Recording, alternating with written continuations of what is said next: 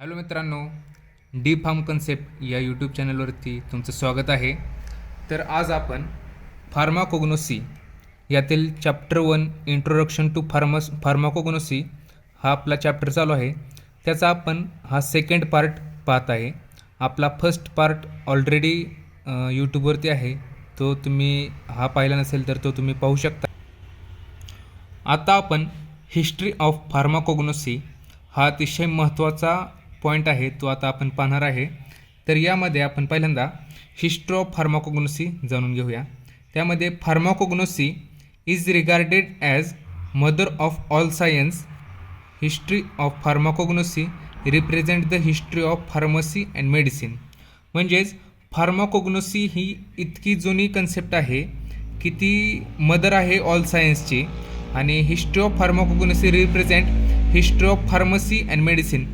म्हणजे फार्माकोग्नोसी ही या वाक्यातून आपल्याला कळतं की खूपच जुनी आहे, कारण ती रिप्रेझेंट करते हिस्ट्री ऑफ फार्मसी आणि मेडिसिनची.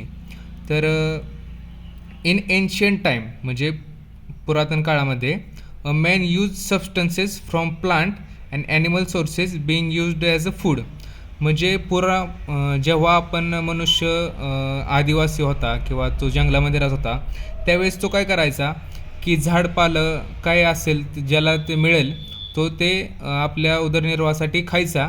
आणि जर एखाद्या वेळेस त्याने जे एखादं फळ खाल्लं आणि ते खाऊन त्याला काहीतरी वेगळेच इफेक्ट झाले किंवा उलट्या वगैरे झाल्या किंवा वेगळं काही इफेक्ट झाल्या, तर तो सावधान राहायचा त्या फळापासून की, आणि लक्षात ठेवायचं की हे फळ खाल्ल्यानंतर आपल्याला हा असा इफेक्ट येतोय. त्यानंतर तो जे फळ खाल्ल्यानंतर त्याला चांगलं वाटत आहे किंवा एखाद्या वेळेस त्याचं कुठं लागलेलं असेल किंवा कुठं अंग दुखत असेल, ज्यावेळेस तो फळ खात असेल आणि त्यावेळेस त्याला ते खाऊन किंवा पाने खाऊन झाडाची ते बरं वाटत असेल, तर तेव्हा तो लक्षात ठेवायचा की हे पान खाल्ल्यानंतर किंवा हे फळ खाल्ल्यानंतर आपल्याला असा इफेक्ट मिळतो आहे, जेणेकरून आपले दुखायचे वगैरे थांबते किंवा काही वेगळा इफेक्ट आपल्याला जाणवतो आहे, असं तो लक्षात ठेवायचा एकदम पुराण्या काळामध्ये. तेव्हापासून आपली फार्माकोग्नोसी स्टार्ट झालेली आहे. त्यानंतर this substances were differentiate as a food stuff and therapeutic agent. म्हणजे तो जे फळ खायचा किंवा पानं फुलं काहीही खायचा, तो त्यानंतर तो डिफरन्शिएट करायचा, म्हणजे त्याची विभागणी करायचा की हे फूड खाल्ल्यानंतर आपलं पोट भरतं आहे आणि हे जे फळ आहे किंवा हे फूल आहे हे खाल्ल्यानंतर आपल्याला थेराप्युटिक इफेक्ट मिळतो आहे. तर तो असं ते पहिल्यांदा त्यांनी डिफरन्शिएट केलं.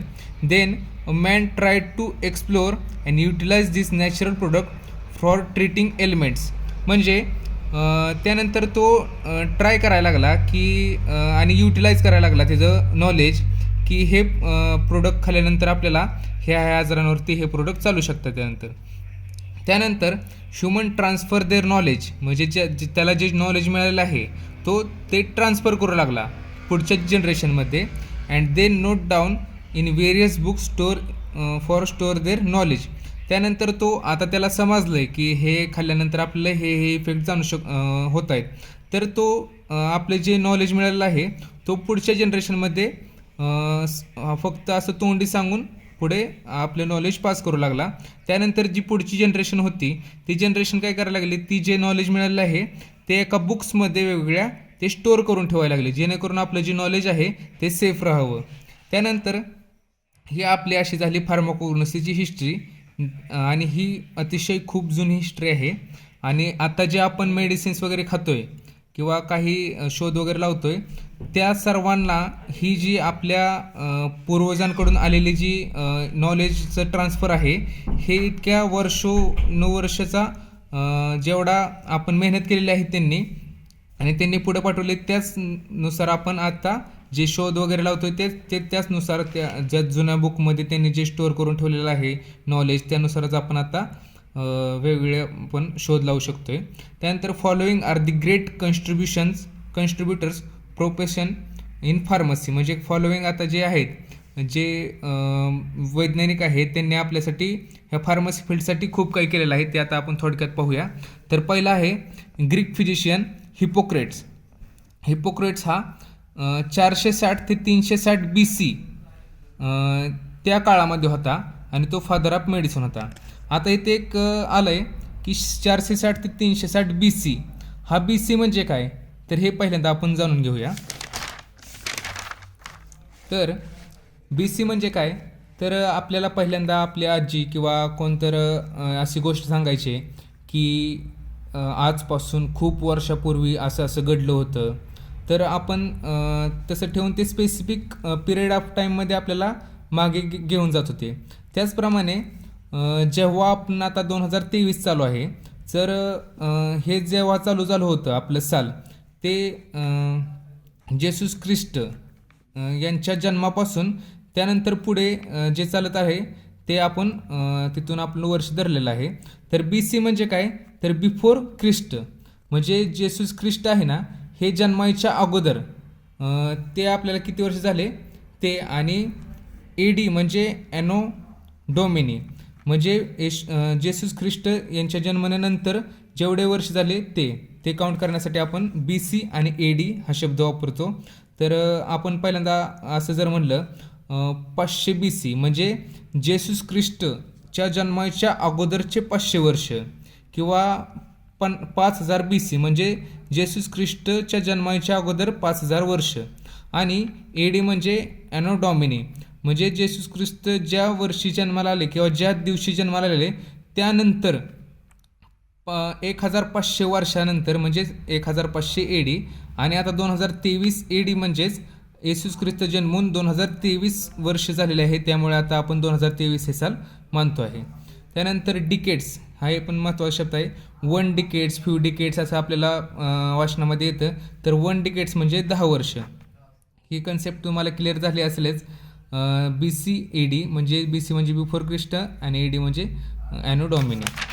त्यानंतर आपण आता हे पाहूया आपल्या मेन विषयाकडे, की जे कॉन्स्ट्रीब्युटर्स आहेत ग्रेट. तर हिपोक्रेट्स झालं, हे फादर ऑफ मेडिसिन आहे हिपोक्रेट्स. ते 460 ते 360 BC आहे. बिफोर ख्रिस्ट म्हणजे 460 ते 360 वर्ष अगोदर, येशू ख्रिस्त जन्माच्या अगोदर. त्यानंतर ॲरिस्टॉटल फिलॉसॉफर 384 ते 322 BC ॲनिमल किंगडममध्ये त्यांचं कॉन्स्ट्रिब्युशन होतं. त्यानंतर थिओफ्रेटस हे 370 ते 287 BC होतं. त्यांनी प्लांट किंगडममध्ये त्यांचा रिसर्च केला.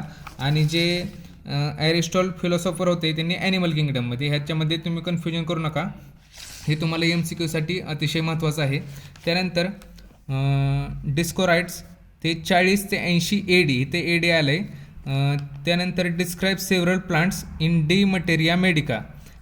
डिस्कोराइट्सने डिस्क्राईब केलं आहे सेव्हरल प्लांट्सचं इन डी मटेरिया मेडिका या बुकमध्ये.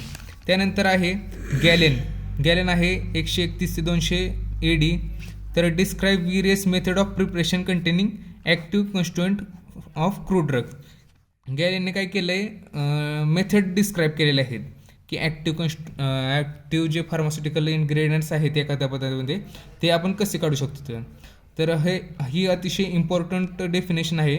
The branch dealing with the method of extraction of plant and animal drugs is known as galenical pharmacy. ही अतिशय महत्त्वाची डेफिनेशन आहे. ही डेफिनेशन तुम्ही परफेक्ट करा आत्ताच, कारण ही डेफिनेशन तुम्हाला सेशनल एक्झाममध्ये किंवा आपल्या फायनल एक्झाममध्ये तुम्हाला विचारण्याची खूप दाट शक्यता आहे. त्यानंतर प्लेनी दी ईडर 23 ते 70 AD.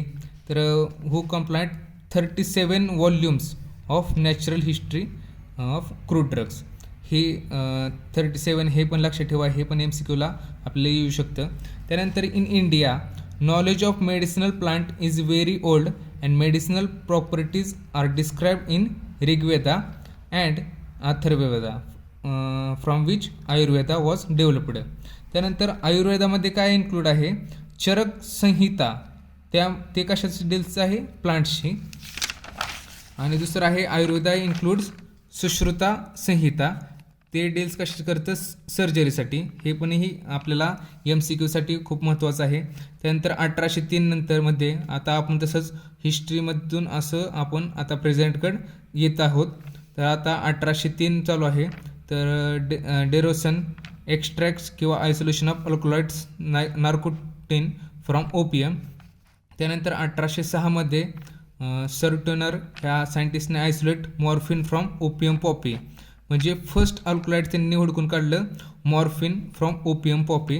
त्यानंतर 1815मध्ये आपल्याला गेल्या लेक्चरमध्ये आपण पाहिलं फार्माकोग्नोसी टर्म कॉइन झाली by C.A. Seydler in 1815 in his book Analecta Pharmacognostica. त्यानंतर आता आपण 2023मध्ये आहे. जर तुम्ही काही नवीन शोध वगैरे लावले तर तेही असंच इतिहासामध्ये जमा होतील. तर हे झाले आपली हिस्ट्री, आणि ही हिस्ट्री आपल्याला खूप महत्त्वाची आहे फार्माकोग्नोसीची, कारण यातून खूप सारे MCQ किंवा मॅच द पेअर असं फायनल एक्झामसाठी आपल्याला येऊ शकतं.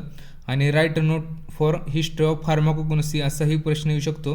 त्यामुळे तुम्ही हे सगळे लिहून काढा, आणि याची जी नोट्स आहे तुम्हाला डिस्क्रिप्शन बॉक्समध्ये एक टेलिग्राम चॅनलची लिंक देतील, तिथे तुम्ही जाऊन डाउनलोड करू शकता. So thank you for watching. Bye bye guys.